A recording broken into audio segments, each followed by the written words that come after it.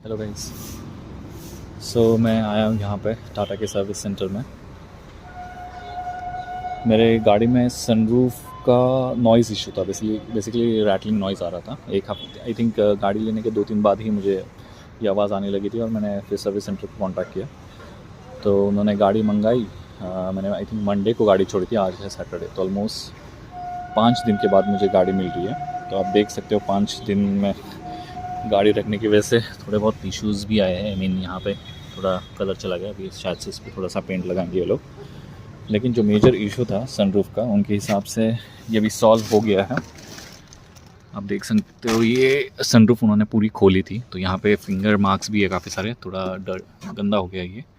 तो ये साफ़ करके देंगे तब मैं इसका एक ड्राइव लूँगा to see whether the issue is solve और नॉट।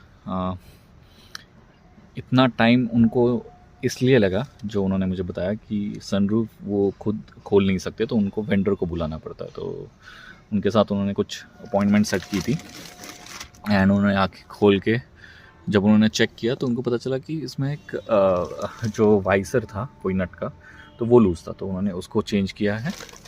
एंड इसके बाद वो आवाज़ आना बंद हो गई थी, रैटलिंग नॉइज़ जो भी। तो अभी देखते हैं, आई होप इसके बाद मुझे सर्विसिंग के अलावा और किसी चीज़ के लिए सर्विस सेंटर आने की ज़रूरत ना पड़े, बिकॉज़ आपने देखा कि ऐसे छोटे इश्यूज़ के लिए भी कितना टाइम लगा दिया इन्होंने।